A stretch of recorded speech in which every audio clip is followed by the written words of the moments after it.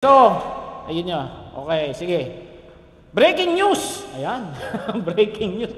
Pag sinabing breaking news sa mga panahon ngayon, anong talagang balita? Bagyo, ano pa?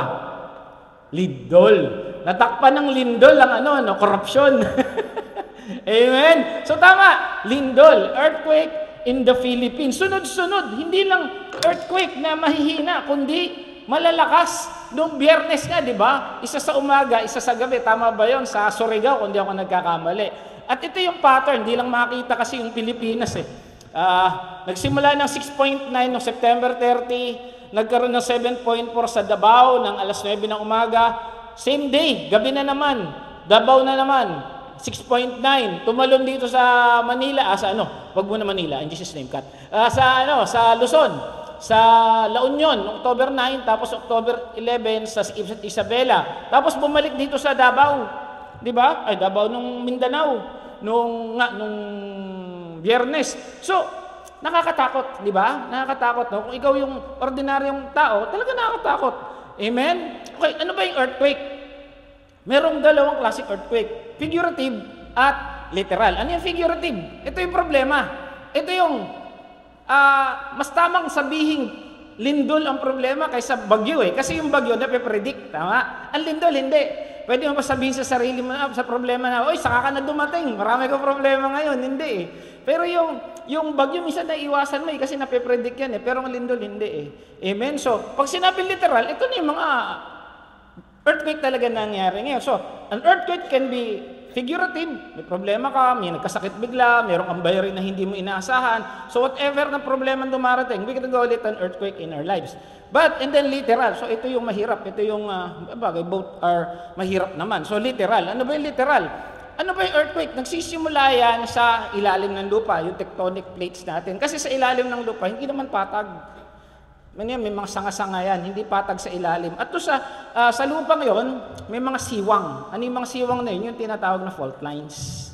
Siyempre, pag nandun ka sa ilalim ng lupa, dalawang ganyan yan, pag gumalaw, nagaganunan. Tapos tayo sa taas, gagalaw din. Pag sinasabi nilang epicenter sa lalim, halimbawa 10 kilometers, pag 10 kilometers, malalim yan. Kahit malakas sa ilalim, dahil sa sobrang layo, hindi na naaabot sa ibabaw. Kaya sinasabi ng epicenter is around 10 kilometers ang lalim. So minsan kahit 10 sa ibaba, about 7 sa baba, dahil malalim siya, hindi mo na masyadong nararamdaman. Halimbawa, meron kang malakas na ilaw na nakikita sa NLEX. Kahit anong lakas nun, hindi makakarating dito yun. Bakit? Kasi malayo. Ganon din yung tinatawag na mga sinasabi nilang epicenter, malakas pero malalim. So ganon yan. Dalawang klase yung pinagmumula ng lindol. Pwedeng bulkan, pwedeng yung paggalungan ng tectonic plates. Pag gumagalaw yung tectonic plates, dahil may siwang o yung tinatawag na fault line, lumilindol sa ibabaw. Siyempre yung energy na nire-release nun, gumagalaw sa ibabaw. Amen? At unfortunately, alam niyo ba kung gaano karaming fault line meron sa Pilipinas? 180 plus. Isipin niyo na lang yung throughout the Philippines, it's 180 fault lines. At meron pa tayong trench, ano yung tinatawag na trench? Yung fault line, ito yung mga siwang sa lupa. Pag sinawag mo naman trench, ito yung mga siwang sa ilalim ng dagat. Meron tayong 6 na malalaking trench na nasa karagatan natin. Ang pinakamalaki at pinakamalalim, yung Mariana Trench. Amen? So maliwanag, fault line, lupa, trench, dagat. Siwang din yun.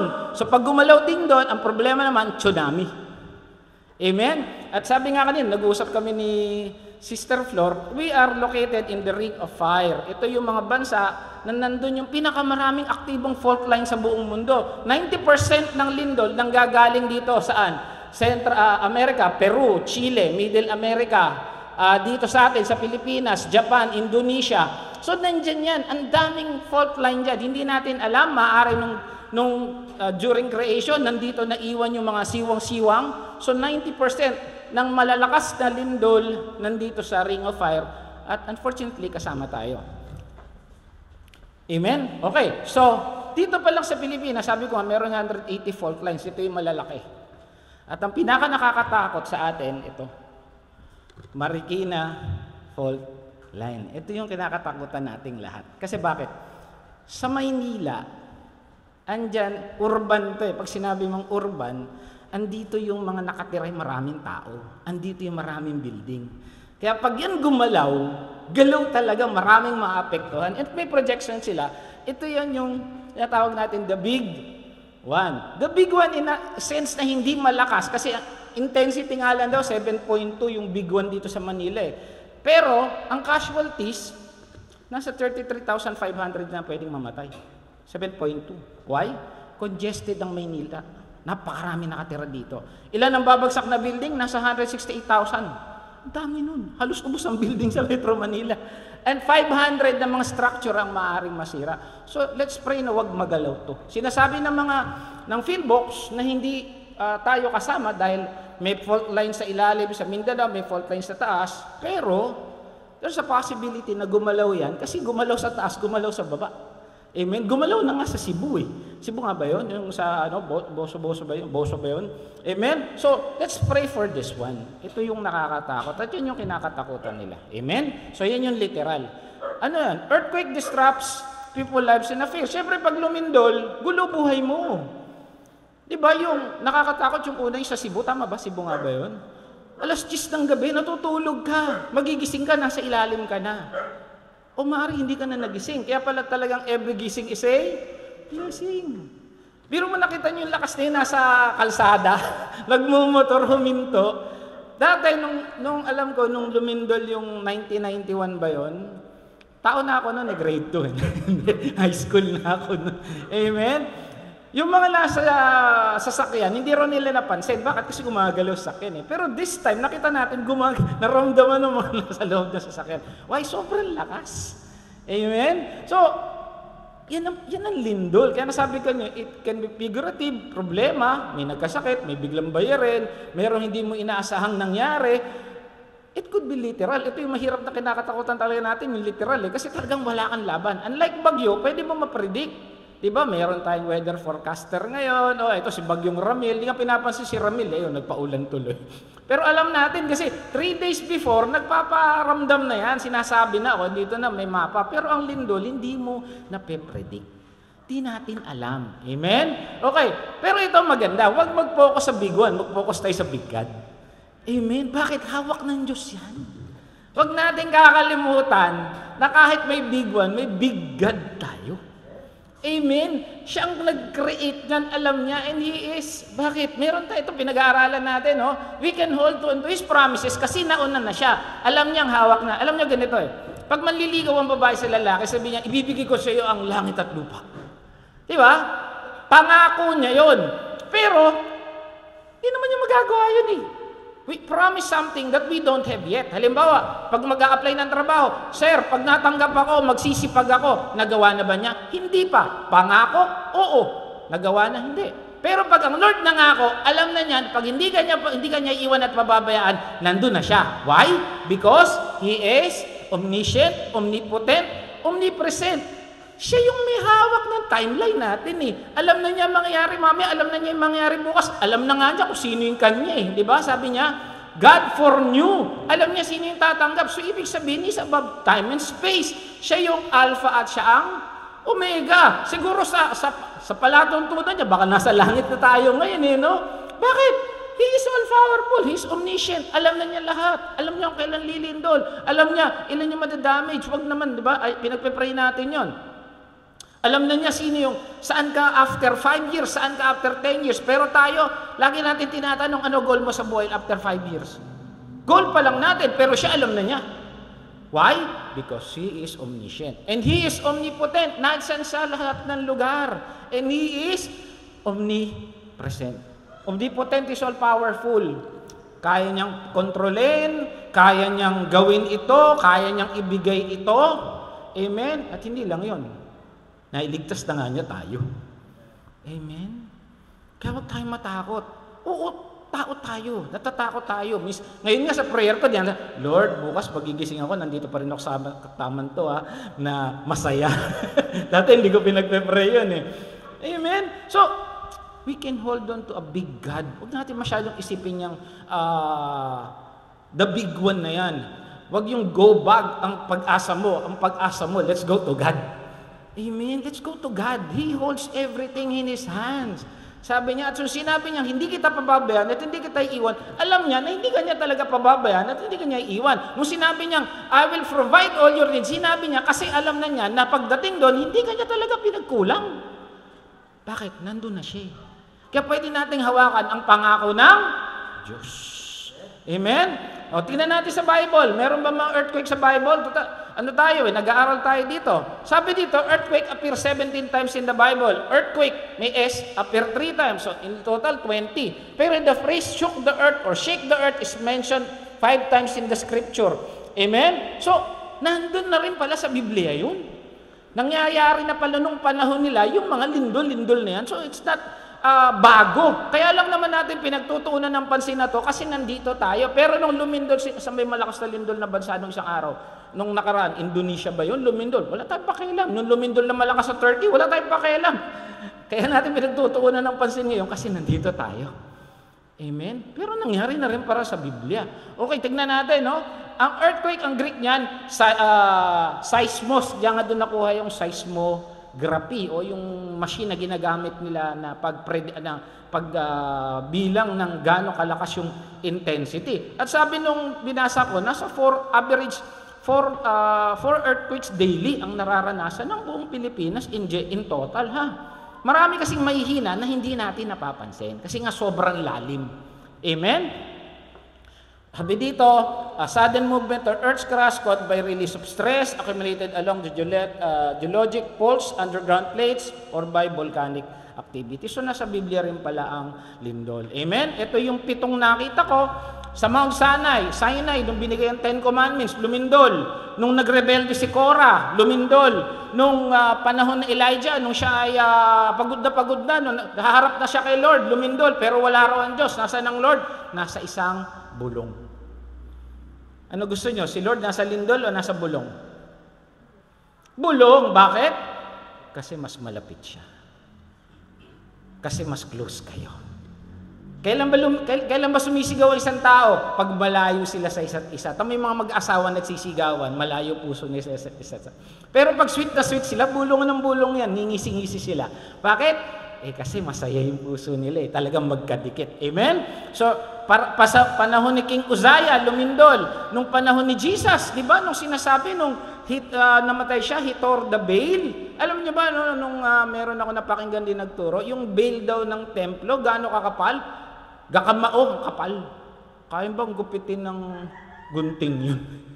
Ganun kakapal ang ginamit na tela. At sabi, mga taas hanggang baba. So, ibig sabihin, ang Diyos na nagsira. Pero kung ikaw, kung tao magsira nung pataas mula, pababa mula taas. So, ibig sabihin, ang Diyos talaga ang sumira ng veil na yun so para tayo makalapit sa kanyang trono ng presensya. Amen? Kaya tayo nakakapagpuri ngayon, kaya tayo nakakaawit ngayon, kaya tayo nakakatugtog, kaya tayo nakarinig ng banal na salita. Dahil sinira ng Lord yung veil, malaya tayong lumapit sa Kanya. Amen? Ang problema nga lang kasi minsan yung tao mismo ayaw lumapit sa Diyos. Pero pag may problema, lumalapit sa Diyos. Pag may nangyayari hindi maganda, lumalapit sa Diyos. Pag wala ng problema, wala na sa Diyos. Kaya dyan mapalad ang mga Kristiyano eh. Kasi alam natin sino lalapitan natin at alam natin sino yung katulong natin. Amen? So, let's keep up sharing the good news. Asan pa? Yung panahon mabuhay si Jesus, di ba? Yung tinanggal daw yung yung pinto ba? Ni-roll yung pinto niya, no? Natanggal yung nakalabas uli siya, lumindol. At yung panahon ni Paul and Silas, biro mo, nagpe-praise and worship lang sila, lumindol. Huwag naman dito sa atin. Kanina, yung nakaraan, okay na yung praise and worship, may nagda-drum-drum na no? Buhay na buhay pag may nagda-drum, tsaka pag may nagigitara, bukas may nag-organ na rito. Amen? So, nung nag-praise and worship si Paul and Silas, kanta lang yun, lumindol. Walang instrumento yun. Amen? Ito masaklap. Sometimes, it can be a sign of God's wrath. Pag galit ang Diyos, lumilindol. Ito may verse. Sabi sa Job, walang sabi-sabi inuuga niya ang bundok sa tindi ng kanyang galit. So, palatandaan din pala ng galit ng Lord yung paggalaw. Amen? Ito'y kanyang dinudurog. Ang buong lupa ay kanyang niyayin. Inuuga niya saligan ng daigdig. Grabe, wag natin gagalitin si Lord. Naisip ko nga lang, ewan ko kung related to, wag na, hindi kaya nagagalit si Lord, puro corruption sa Pilipinas. Baka kasi yun ang headline eh. Puro corruption, puro kaguluhan sa gobyerno. Ayun, sunod-sunod na lindol. Amen? Ano pa? It can also be, ito maganda. It can also be a sign of His second coming. Yung lindol, tanda ng babalik na si Lord. Amen? Sabi sa Matthew 24:37, habang si Jesus ay nakaupo sa bundok ng Olibo, palihim siyang tinanong ng kanyang mga alagad, kailan po ba mangyayari sinasabi nyo? Ano po bang palatandaan ninyo muling pagparito at katapusan ng mundo? Grabe. Ayos yung tanong ng mga disciples. No?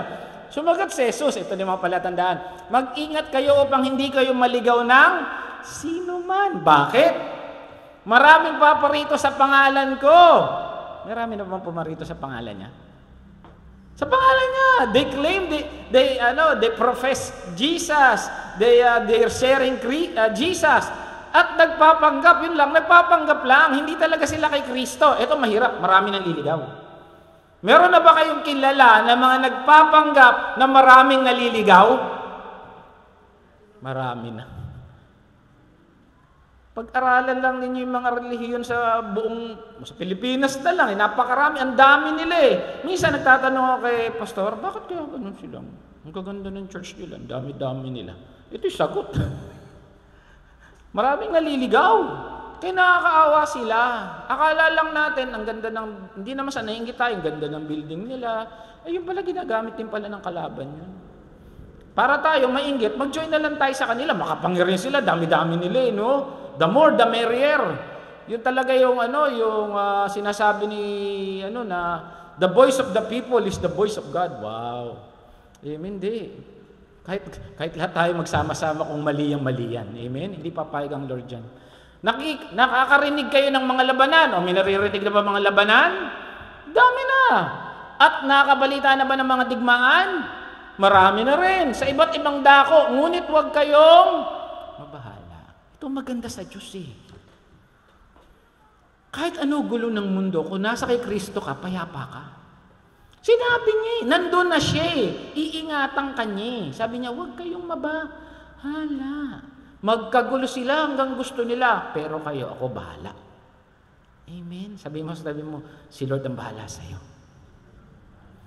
Amen. Dahil talagang mangyayari ang mga yan. Inulit pa, diniinan niya. It will happen. Bagamat, hindi pa yun ang katapusan ng mundo. So, nagsisimula pa lang pala.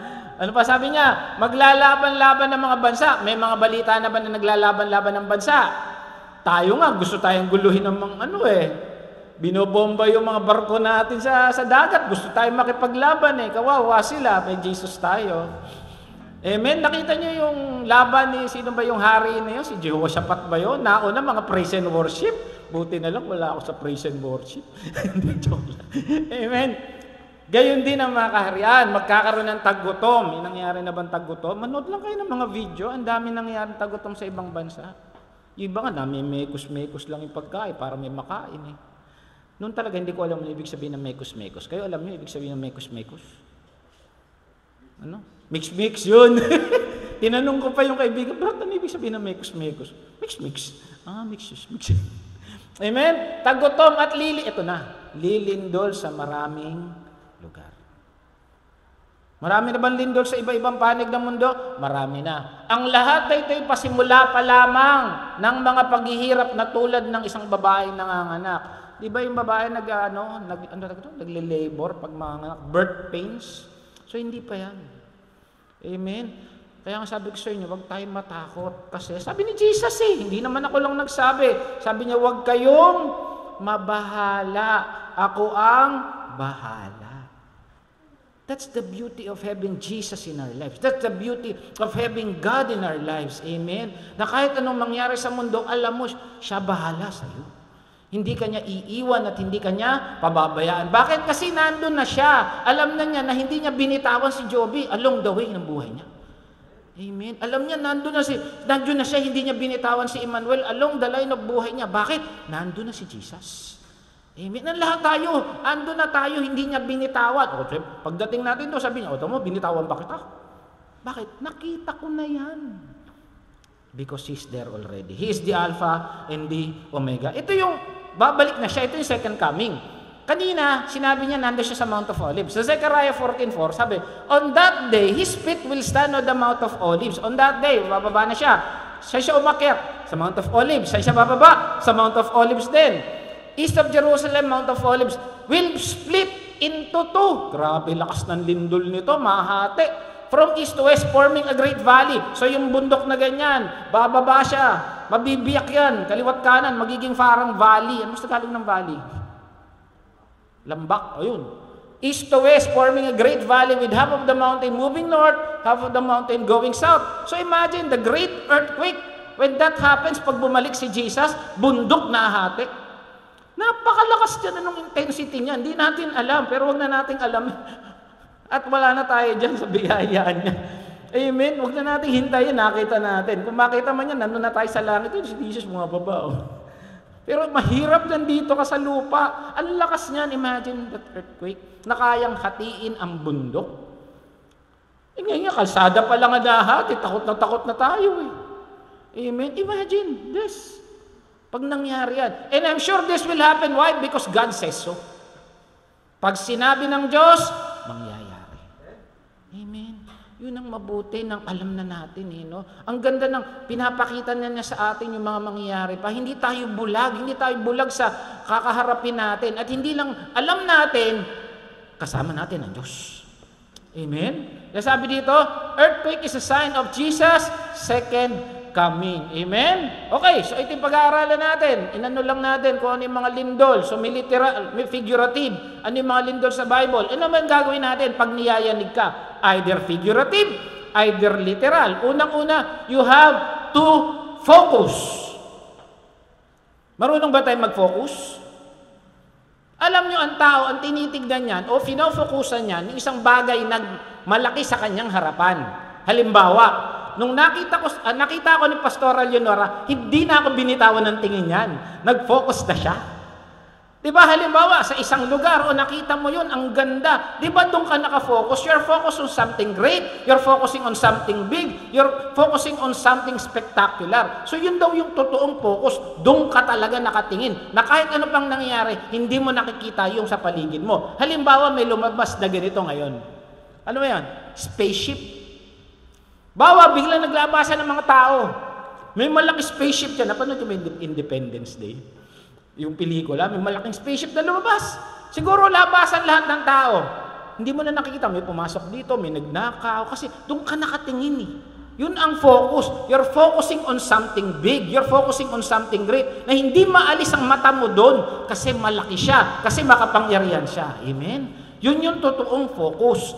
Doon ka nakatingin sa isang malaking malaki. Hindi mo na nakikita kung ano nangyayari sa paligid mo. Yun yung totoong focus. Amen? Ano sa Proverbs 4-5? Palaging sa hinaharap ang pukol ng iyong tanaw, ituunong yung pansin sa iyong patutunguhan. Kung sinasabi natin na Kristiyano tayo, dapat ang focus natin kay Kristo. At dapat ang focus natin yung pinapagawa ni Kristo. Amen? Huwag na tayo mag-focus sa paligid. Hindi ko sinabing huwag nating hayaan yung daily affairs natin. Huwag na tayo magtrabaho. But, doing these things because we are focused on God. Anong sabi? In all these things, do this.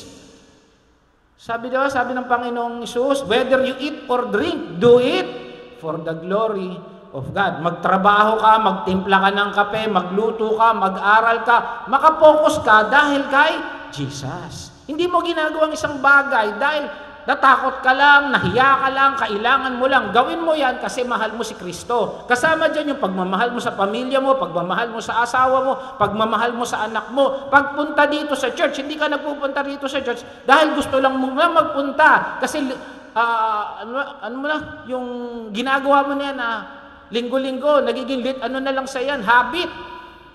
Church ako every Sunday. No, you're doing this because you love God. And because you are focused, sabi yung patutunguhan. Ang mahirap, ulitin ko, ang mahirap kasi sa tao, lumalapit lang sa Diyos pag may problema. Nag-church lang pag may problema, nagpe-pray lang pag may problema, nakikinig lang ng Christian music pag may problema, nagpapatulong lang sa pa-pray naman, di ba malapit ka kay Lord? Narinig nyo na yun? Meron naman nagpa-pray sa inyo, Brad, malapit ka naman kay Lord, pag-pray mo naman yung anak ko, may sakit. Sis, malapit ka kay Lord, di ba pag-pray mo naman ako? Lumalapit lang tayo kay Lord kasi may kailangan tayo. Sabi ko nga, gusto mo yung provision, ayaw mo ng provider. Gusto mo ng blessing, ayaw mo ng blessor. Ang gusto mo lang yun lang. Tapos pag nakuha mo na, kaliwali. Ay, Arabic pala yun. Ano ibig sabihin ng kaliwali? Forget it. Parang gano'n. Wala na. Bye. Gano'n na. Tinatalikuran natin ang Panginoon pag wala na tayong kailangan. Pero pag may kailangan tayo, nakaluhod ka pa. Tama? Diba? No, sabi dito, ang palaging tingin sa hinaharap. Ano yung hinaharap natin? Na one day we will be with Christ. Amen. Lahat tayo doon ang pupunta kung talaga may Kristo tayo. Kaya gawin natin yung pinapagawa niya. We come on church because we love God. We pray because we want to talk to God. We read the Bible because we want to know more about God. Hindi ba? Huwag natin kakalimutan yung mga variable na yan. Kasi yun yung talagang kailangan nating gawin. Kasi bakit? Kristiyano tayo. Walang Kristiyanong hindi nagpe-pray. Sasabihin mo, mahal mo ba si Kristo? Oo naman. Anong klaseng tanong yan? Nagpe-pray ka ba? Hindi, nantok na ako lagi. Nagbabasa ka ba ng Bible? Hindi. Masarap manood ng Korean novela. No. Ang focus kay Kristo. Amen? Focus kay Jesus at sa pagbabalik. Huwag natin tignan yung nangyayari sa paligid. Oo, dapat alam din natin. We have to be informed. Pero hindi to the point na yun na lang lagi ang pinapanood natin, yun na lang lagi ang pinapakinggan natin. Pero sabi nga nila, malalaman mo rin isang tao pag may edad na, pag pinanonood lagi, yung hearing sa kongreso dati. Laging inaalam mo sino-sino yung nadawit. Amen, no? Oo, ako rin nanonood noon. Guilty rin ako ron. Pero dapat yung oras mo sa Diyos, oras mo sa Diyos. Kung oras mo sa Diyos sa umaga, then so be it. Kung oras mo bago ka matulog, huwag mo makakalimutan yun. Dahil iba, nakakatulog na kasi nga, naubos ang oras sila, kakapanood. Amen? Paano natin gagawin yun? Dapat ginagawa mo yung gusto ni Jesus. Yung nasabi ko sa iyo. Nakafocus tayo kay Jesus at ginagawa natin yung gusto niya. And we know what God wants. Alam niyo kay Jesus, hindi siya mystery. Hindi siya pa-mystery, hindi siya yung, anong tawag dito, yung pa-secret, secret. Sinabi niya talaga yung gusto niyang paggawa sa mga lingkod niya. Ano sabi niya? Go and make disciples. At paano mo gagawin yan? Kailangan bago ka mag-go, equip ka din. Pupunta ka sa kulungan, ano gagawin ko dito? Mimigay lang ng simada. But you should know how to pray. You should know how to share the good news. Kung hindi ka talaga marunong mag-share, testimony mo, alam mo, Brad, si Lord bahala sa iyo kasi ito yung sinasabi sa Bible. No? Sabi niya, hindi ka niya iiwan, pababayaan. At least pero nga isang verse na lang. Amen? Bago tayo sumugod doon, dapat tayo mismo sa puso natin, alam natin yung mga dapat ginagawa ng isang mananampalataya. Hindi natatapos sa pagtanggap ang pagiging Kristiyano. Hindi natatapos sa pag-iyak ang pagiging Kristiyano. Tuloy. Sabi nga lagi, di ba, it is a lifestyle. Lifestyle na nating mag-pray, lifestyle na nating mag-church, lifestyle na nating magbigay, lifestyle na nating tumulong, lifestyle na nating magbasa ng banal na kasulatan. Amen? Lifestyle mo na yan. Buhay mo na yan. Kaya nga, di ba, pati pagkain, do this in remembrance of me. Pangalawa, manalangin lagi. Kailangan pa bang i-memorize yan? Ulitin ko, minsan nagpe-pray lang tayo pag may hinihiling. Kaya nangyari, hindi Panginoon, Panginoon. Lord, Panginoon. Lalo ngayon, magpapasko na. Lord, mga damit ng mga anak ko ha. Tapos yung mga inaanak ko, pupunta na naman sa bahay. Ito lang yung budget namin, yung 13 month ng asawa ko. Kaya ganito. Lord, ikaw nang bahala. Nagiging Panginoon. No, you have to always pray. Ang sabi, linaw-linaw, palagi kayong manalangin. Pray tayo. Alam niyo, hindi na kailangan ng load, hindi kailangan ng cellphone, hindi kailangan ng baterya para mag-pray, hindi kailangan ng lugar. Kung gusto mo talagang kausapin ng Lord, makakausap mo yan. And again, ang taong nasa relasyon, may komunikasyon. Tayo, may asawa tayo, subukan mong makipag-usap sa asawa mo ng siyang araw. Dalawa lang yan. Galit siya. O may nangyayari sa inyo. Amen. Ang mag-asawa lagi nag-uusap. At kahit sino, anak ka, tatay ka, payag ka ba hindi mo makausap ang anak mo sa isang araw? Hindi. Kailangan man lang nakakausap mo sa anak mo sa isang araw kasi nga may relasyon kayo, nagmamahalan kayo. At ganun din, kung sinasabi mong mahal mo si Kristo, dapat kinakausap mo siya lagi. Amen. Ang backbone ng mag-isang Kristiyano, ang kanyang prayer life. Kung si Jesus nga nagpe-pray bago gumawa ng milagro, tayo pa kaya? Amen. Wala tayong kayang gawin apart from Jesus. So we have to talk to Him, Lord, paano ba ito? Lord, magkakanta ako. Lord, magpipreach ako. Lord, papasok ako bukas. Lord, yung mga anak ko. Hindi lang naman humihingi ka ng advice. Nilalapit mo sa Kanya mga bagay-bagay na nangyayari sa buhay mo. At maniwala ka, gusto ng Diyos yun. Bakit? Kasi it shows na you trust Him. Amen. Tinihingi mo yung advice ng Lord. Lord, paano ba ito? Mahirap. Alam nyo, this past week, talagang sabihin na natin sobrang stress ako sa mga nangyayari sa opisina. Pero talagang hindi ko tinatanggal yung prayer. Kahit alam niyo yung ang dami mong problema, pati yung prayer mo parang hindi ka nakatingin kay Lord, nakatingin ka pa na sa problema. But you still pray. Kasi parang nakukuha na yung attention mo nung ginagawa mo. But still you pray. Kahit sabihin mo na yung isip mo napupunta na doon sa ginagawa mo. But still pray, pray, pray. At maniwala kayo, kikilos ang Diyos. Amen. Nakikinig ang Diyos sa kanyang mga anak. Pag hindi nakikinig sa iyo ang Diyos, may problema. Baka hindi kanya anak. Pastor Joby, pag humingi sa iyo yung anak mo, papakinggan mo? Papakinggan na, hindi bibigay. Papakinggan lang muna. Papakinggan. Brother Manuel, pag kinausap ka ba ni Esther, papakinggan mo? Papakinggan mo. Anak mo yun eh.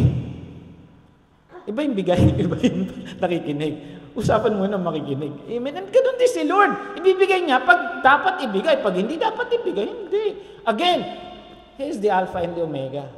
Kung hinihingi mo, makakasira sa pamumuhay mo, hindi niya bibigay yan. Pero nakikinig siya.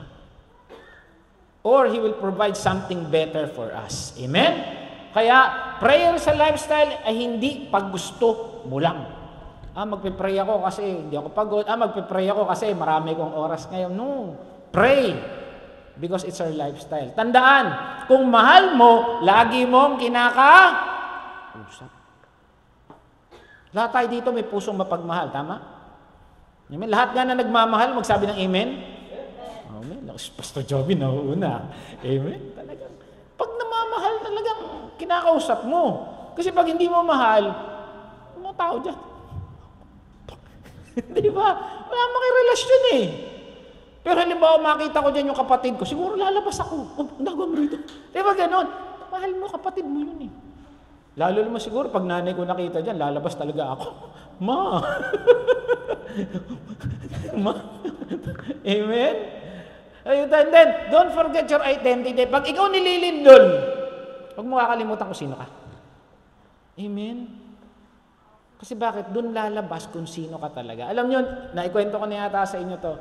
Minsan, kasi noon, nung bagong dating ako dito, nung taon yun, basta matagal na yun, nagbebenta kami ng mga system. Ngayon, pinapakita namin yung system doon sa may-ari ng isang restaurant. And nandun kami nag-demo doon sa loob ng kanyang bahay.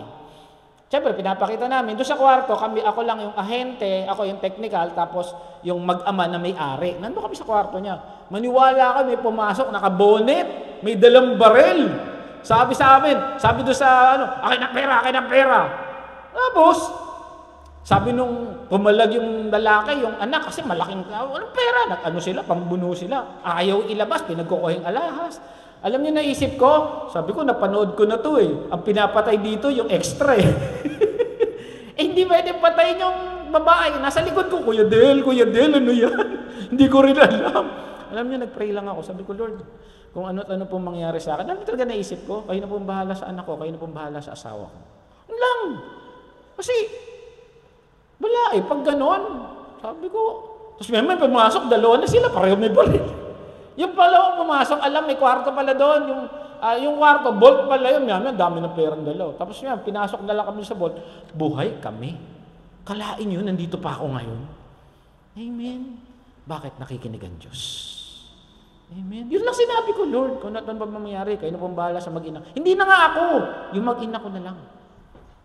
Pero alam ng Diyos, gagamitin pa kita. Amen. Ganon kabuti ang Diyos. Ganon kabuti ang Diyos. Amen? Kasi sino ka ba kay Kristo? Dapat alam mo kung sino ka. Tingnan mo, katabi mo, tanong mo, kilala mo ba ikaw? Kilala mo ba sarili mo? Nagtanungan no? Dapat kilala mo kung sino ka kay Kristo. Hindi lang kilala mo sarili mo. Ikaw si Leonor, ikaw si Wendell, ikaw si Ditas. No, you have to know your identity in Christ. Magkaiba yun.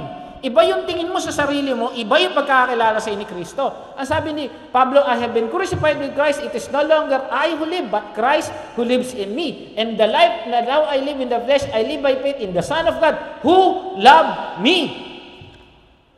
Kung hindi mo mahal ang sarili mo, pero binigay mo na yung buhay mo kay Lord, si Lord na bahala sa iyo. Hindi ka niya pababayaan, hindi ka niya iiwan.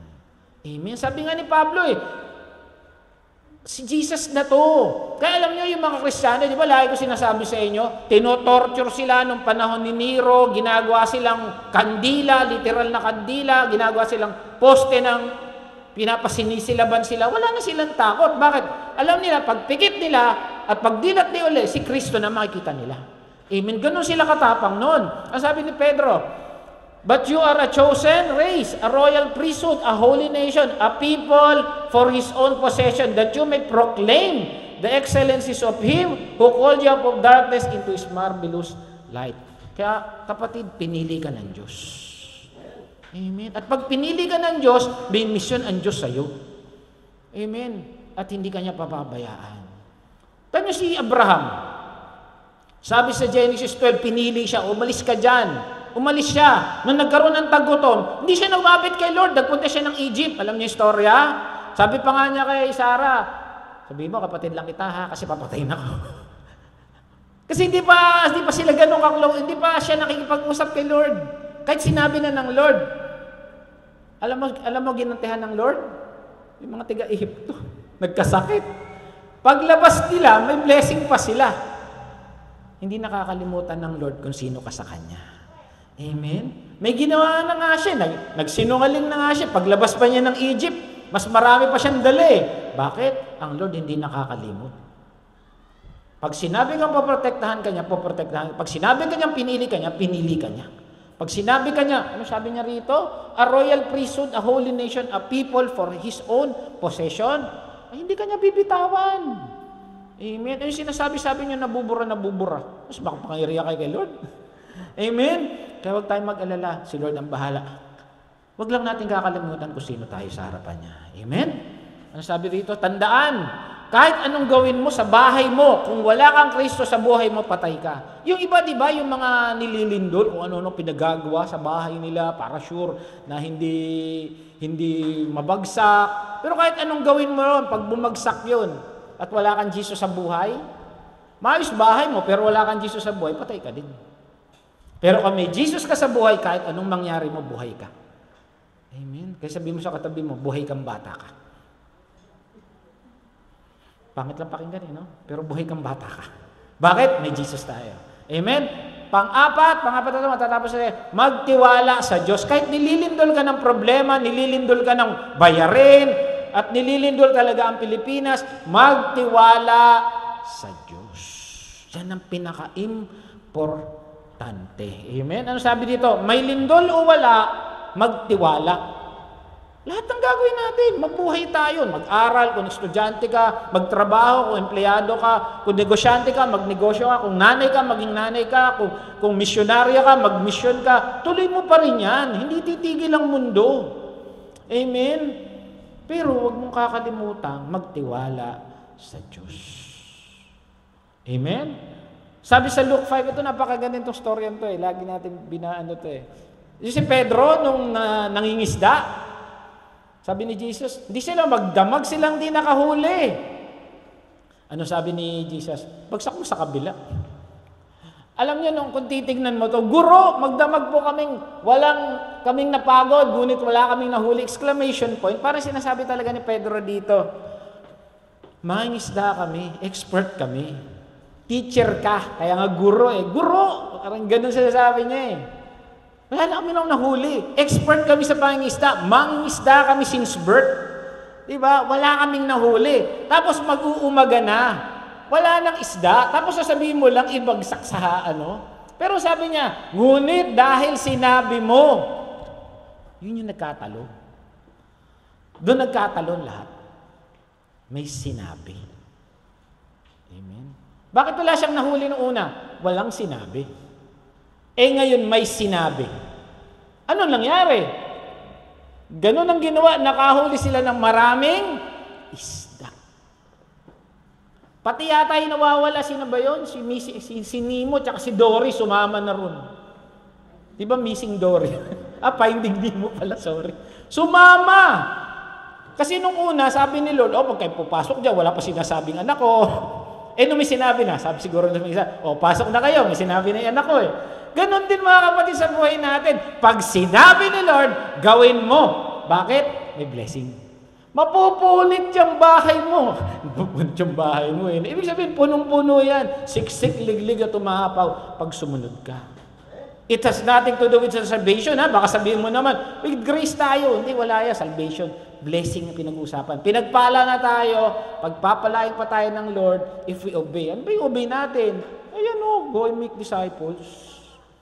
Amen. Tandaan, pag nagbigay ng misyon, siya ang magbibigay ng provision. Amen. Napatunayan namin yan. Nagpunta kami ng... Saan tayo napunta? Nakalimutan yun. Sa Sierra Madre. Wala kaming budget. Biglaan na lang yun eh. Nagsabi lang kami doon nung nag-BS kami sa Zoom, pinakita lang namin yung tawag dito, yung mission. Sabi namin, magbi-mission kami ng Tagaytay. Tanay. Kung sino yung gustong tumulong, ayun, welcome. Nagkaroon kami ng dala, nagkaroon kami ng pamasahe. Bakit? Pag may mission, may provision. Amen. Yan ang tatandaan nyo. Pag may gawaing sinabi ang Lord, sumunod. Huwag na tayong magtanong. Doon nagkakaiba-iba. Nagtatanong pa, hindi posible yan, hindi magagawa yan. No, pag may sinabi ang Diyos, sumunod. Doon nagkatalo ang Kristiyano at hindi Kristiyano. Pag may sinabi ang Lord, sumunod. Dahil, sabi, napakaraming isda ang kasunod. Ano sabi ni David? Matanda na ako, wala pa ako nakitang namamalimos ng tinapay ng mga lingkod niya. Amen. Tingnan mo yung katabi mo. Busog yan! Bakit? Ang Lord hindi nagkukulang sa atin. Amen?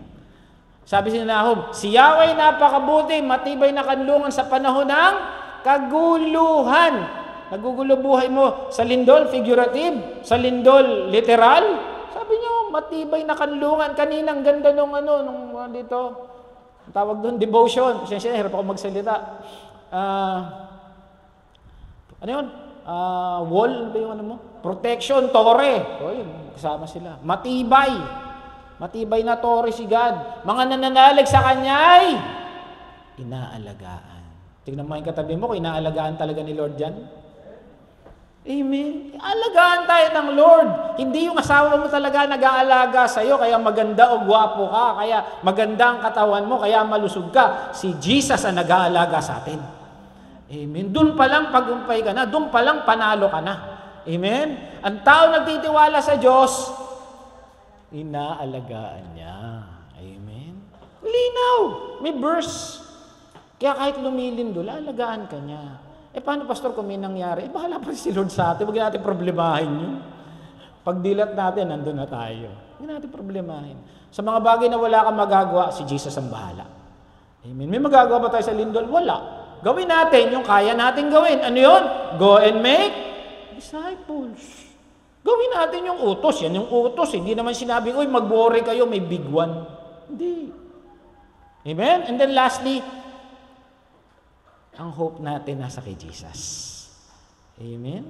Sabi dito, but as for me, sabi sa Micah 7:7, I watch in hope for the Lord. I wait for God, my Savior. My God will hear me. Old Testamento will eh. Ngayon, naririnig talaga tayo ng Diyos. Sabi niya, banal na spirito. Nandito si God. Nakikinig siya. Alam niya yung ginagawa mo kung tulog ka na. Amen. Again, ang nagtitiwala sa Diyos, inaalagaan ng Diyos. Kaya tayo merong pag-asa. Lagi may pag-asa kay Jesus. Yun ang maganda sa isang Kristiyano, may pag-asa. Kaya nga na, yan yung i-share natin sa iba, yung pag-asa na yan. Kasi iba wala ng pag-asa sa mundo. At hindi porke mayaman, hindi porke akala mo ang ganda-ganda ng bahay nila, kumpleto sila. Minsan sila pa yung durog-durog at wala ng pag-asa. Amen? Doon pumapasok ang salita ng Diyos na dinadala ng mga manggagawa na kagaya natin. Amen? Hindi porke maganda yung bahay, 3 yung sasakyan, may helicopter pa, payapa. Tayo kahit walang helicopter, nagta-tricycle lang. Sarap-sarap, inuulan, basang-basa. Kanina, basang-basa kami sa ulan eh. Umalis kami sa 5:30, lakas ng ulan. Kaya nga 5:30 na. O yun, tapos na raw ako, tapos na ako. May timer ako eh. Romans 15:13, puspusin naway kayo ng Diyos na siyang bukal ng pag-asa at naway pagkalooban niya kayo ng kagalakan at kapayapaan.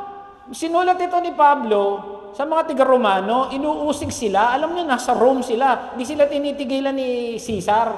Tapos ang ang tawag dito, pagkalooban kayo ng kagalakan at kapayapaan sa mamamagitan yung pananampalataya. Doon pumapasok yung trust, yung faith, upang mag-umapaw sa inyong pag-asa sa pamamagitan ng Espiritu Santo. So if you have the Holy Spirit in your life, you will experience joy, you will experience peace, you will experience hope. Doon mo malalaman talaga kung may Kristo ka sa buhay. Hindi sabihin, no, tinanggap mo siya. Oo naman. Nagpipray ka pa. Ay, hindi, naantok na ako eh. Nagbabasa kami ng Bible. Hindi, mas masarap manood ng reels eh. Tapos sasabihin mo, may Jesus ka. Ang totoong may Kristo, sumusunod kay Kristo. Hindi yung masabi lang na may Kristo. Amen? Kaya mapalad tayo na talaga nakakasunod. Again, that's the grace of God. Dahil hindi natin kaya yun na sa biyaya na sa atin lang. Amen? Dahil ang mundo, guguluhin ka talaga. Amen? Okay, summary na tayo. Mabilis lang naman to. May timer na ako ngayon. Number 1, ano yung unang-unang gagawin pag nililindol? Focus. Ang titignan mo yung malaki. Sino ba malaki sa buhay mo? Si Jesus. At pag nakatingin ka dun kay Jesus, hindi mo na napapansin masyado yung nangyari sa paligid mo. Dahil you're focusing on something big, you're focusing on something great, you're focusing on the Almighty God. Amen? Number 2, always pray. Basic yan ng mga Kristiyano. Lagi natin isasabi yan. Pray, pray, pray, pray. Alam niyo, marami nagpe-pray, pero hindi lahat naririnig. Sino naririnig? Yung anak niya. Yun ang nangaroli nga minsan, hindi ko pinapansin eh. Bakit? Sino ba siya? Pero yung anak ko, tatay gay. May relasyon ka, anak mo yun. Eh di syempre, pag may nag-pray na anak, may pray na hindi nag-anak, kahit umiyak pa na umiyak ka, hindi papansinin ng Lord dyan. Hindi mo sinabi hindi papansinin. Pero syempre, uunahin niya yung merong relasyon sa Kanya. Amen? Pangalawa, don't forget your identity in Christ. Kahit lindulin tayo ng lindulin ng problema, wag natin kakalimutan kung sino tayo kay Jesus. Again, He is the Alpha and the Omega. Pag sinabi ng hindi Kanya pababayaan, hindi Kanya pababayaan. Amen? Pangapat, trust God. Pag sinabi niyang ihulog mo sa kaliwa, ihulog mo sa kaliwa. Huwag ka na mag-isip. Alam niyo, kaya ayaw ihulog minsan? Kasi may logic eh. Ba't ko ihulog? Sa kabila lang galing. Anong logic nun? Minsan ang pumipigil sa pagtitiwala sa Diyos, logic. Paano kami makakaligtas kung may big one? Ano gagawin ng Lord sa amin? Nililipad kami. Huwag mong problemahin yun. Isipin mo, paano ka susunod? Amen. Parang tayo, kahit anong lakas ng ulan, punta tayo dito. Bakit? Yun ang sabi ng Lord eh. Tapos sasabihin mo, praise the Lord, hallelujah. Pastor, hindi ako makapunta, lakas ng ulan. So pala, ambon lang. Amen? Tiwala talaga, tiwala. And then lastly, meron tayong, ano ba Tagalog ng hope? Pag-asa sa ating Panginoon. Kahit anong mangyari sa mundo, ang Kristiyano lagi may pag-asa sa Diyos. Amen, di ba? Sabi nga, birth pains pa lang yan, simula pa lang yan, marami pa tayong makikita. May magagawa ka ba? Mag-worry ka ba? Ano nangyayari sa ating gobyerno? May magagawa ka? Wala. May magagawa ka sa lindol? Wala. May magagawa ka sa bagyo? Wala. Pero may magagawa ka, sumunod kay Jesus. Amen? Yun na lang gawin natin. Yun ang gawin natin kasi kaya natin yun. Amen? So pag niyayinig ka, isipin mo yung faith mo. Yung faith mo. Sabi nga ng babae, mahawakan ko lang. Kaya ba niyang gawin yung hawakan? Kaya. Ito tayo ganun din. Kaya nating manampalataya kay Lord. Binigay na sa atin yun. Even faith is the grace of God. Is the grace of God. So sabi, maniwala, magtiwala, manampalataya. Yun ang gawin natin. Kasi kaya natin to. Pero yung pigilin ng lindol, hindi tayo si Superman. Hindi tayo Superman, nahihipan yung bagyo. Yung kaya mong gawin, gawin mo. Yung hindi mo kayang gawin, pagpasa Diyos mo. Amen? So, anong gagawin natin? Manampalataya sa Diyos. Amen? Palakpakan natin, Panginoon. Tayo manalangin. Dakil lang naman, napakabuti mo, O Lord, for reminding